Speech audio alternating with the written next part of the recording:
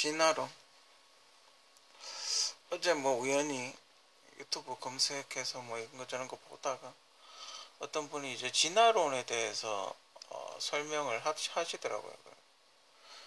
그래서 어떻게 박쥐가 만들어지냐, 그래서 중간에 어떤 개체가 없다, 그렇게 이야기를 설명을 하시면서 그러면서 저 그 날다람쥐가 있지 않나 라는 이야기를 생각이 잠시 들었어요. 그 영상을 보면서. 그럼 이 쥐가 박쥐가 되려고 했을 때 어떤 과정을 거쳐서 박쥐가 됐을까라고 제 나름대로 이렇게 생각을 해봤는데, 일단 쥐가 돌연변이를 하지 않았을까? 쥐가 돌연변이를 했든지 아니면 쥐가 새끼를 낳으면서 수많은 개체 중에 약간 날다람쥐와 유사한 개체가 있었던 거죠. 그죠? 확률적으로 굉장히 낮지만, 그죠? 그 쥐가 이렇게 한두 마리 새끼를 낳지 않지 않습니까? 수백 마리, 수천 마리를 낳으니까 그 중에 한 마리 정도 날다람쥐 같은 비슷한 친구가 있었겠죠. 그죠? 그 친구가 이제 계속 진화를 했고 살아오면서 이제 개체수가 점점 늘어나고, 거기에서 또 날다람쥐에서 또 수많은 새끼를 낳다 보니까 또 박쥐같이 그렇게 진화를 한 거죠.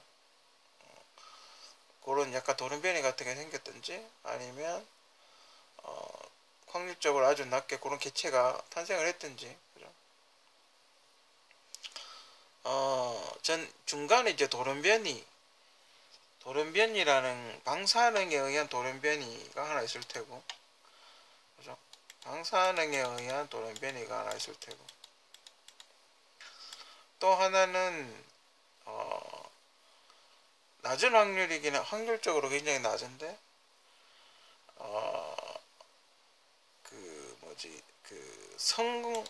성적인 행위로 의해서 다른 개체가 만들어지지 않았나. 실제로 그런 일이 많이 있다고 하죠. 그죠?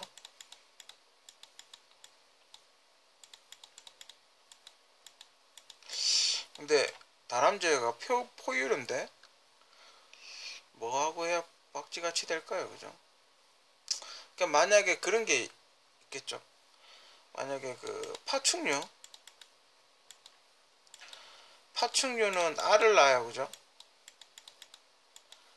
알로서 생식을 하죠. 그죠? 그 조류도 알을 낳아요. 그죠?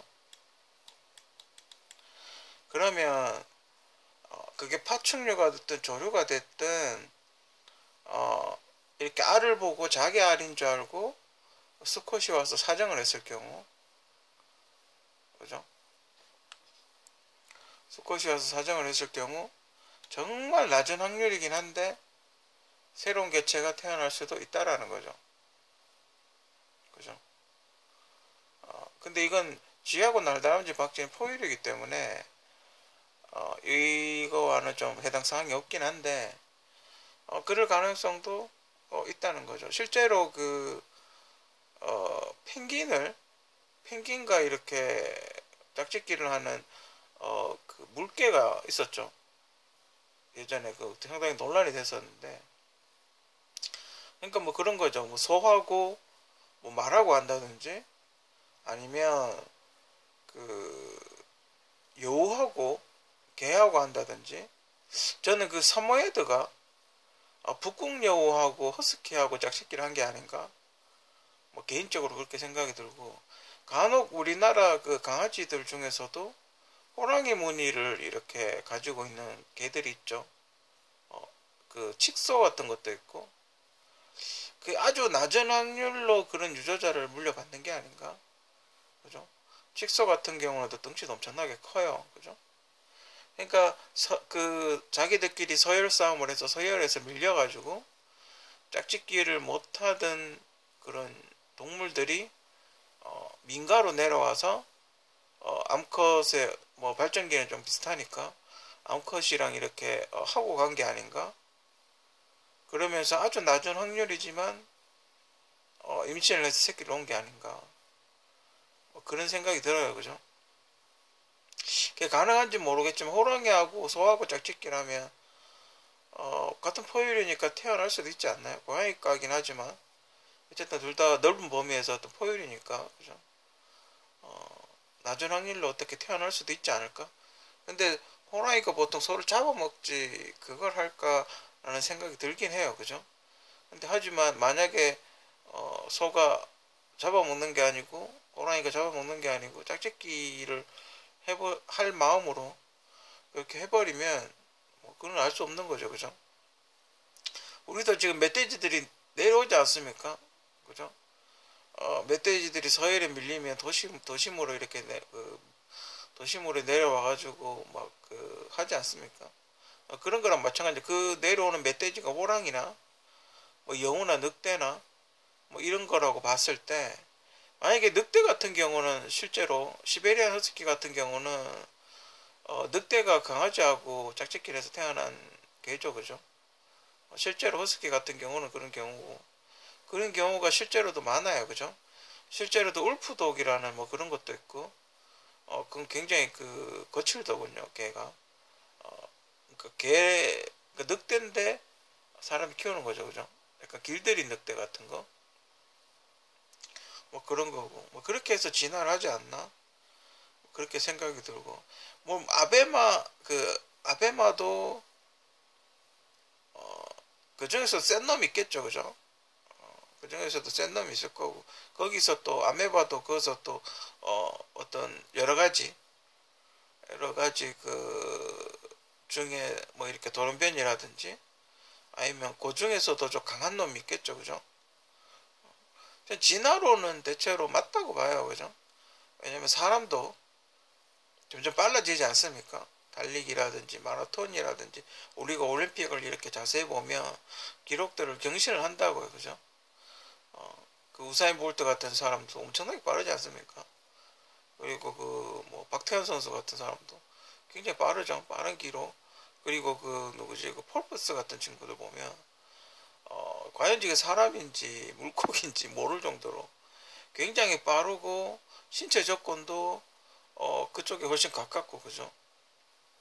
흡사 이렇게 유전자 조작으로 태어난 사람처럼 약간 그런 느낌으로 들려. 그죠? 그래서 인간은 진화를 한다고 봐요.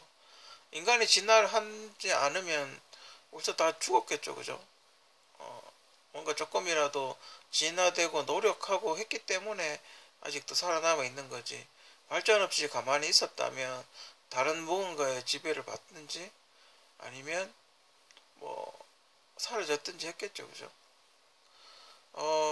일종의 식민지배를 받는다든지 뭐 이런 것도 우리가 보면 이제 미개하다 뭐 이런 소리 하는 게 다 그러니까 진화되지 않은, 일명 테크트리가 발전되지 않은 그런 사회죠. 그죠?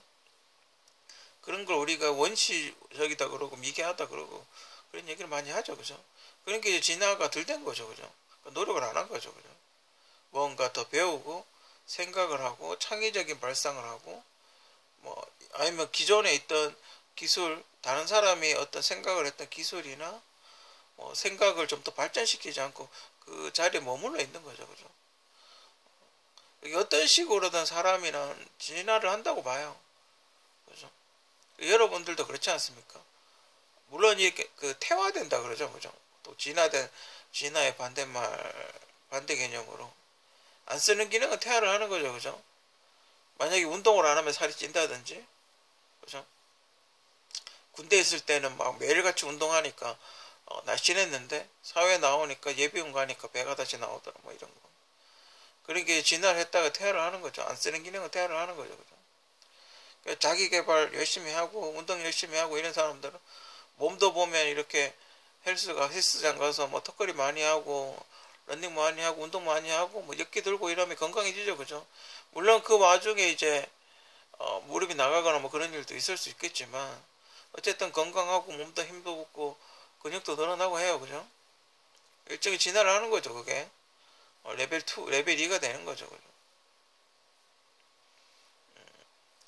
정신적으로 진화를 하는 건 육체적으로 진화를 하든 어쨌든 진화를 하긴 해요. 그죠? 인간이 진화를 하지 않았다면 우주로 나갔을까요? 그죠? 화성을 탐사하고 달을 탐사하고 인공위성을 띄우고 뭐 그랬다는 것 자체가 인간이 진화를 했다는 거죠. 그죠? 누군가는 덜 진화를 하고 누군가는 더 진화를 하고 그죠? 진화론 어, 인간은 계속 진화를 한다고 생각을 하고 그 증거도 화석이라든지 어떤 과학자들이 이렇게 발굴해낸 여러 가지 어떤 증거들도 상당히 많다고 보고 인간은 계속해서 진화를 한다고 보고 진화를 하지 않는다면 뭐 멸종을 하지 않을까 하는 게 제 개인적인 생각입니다.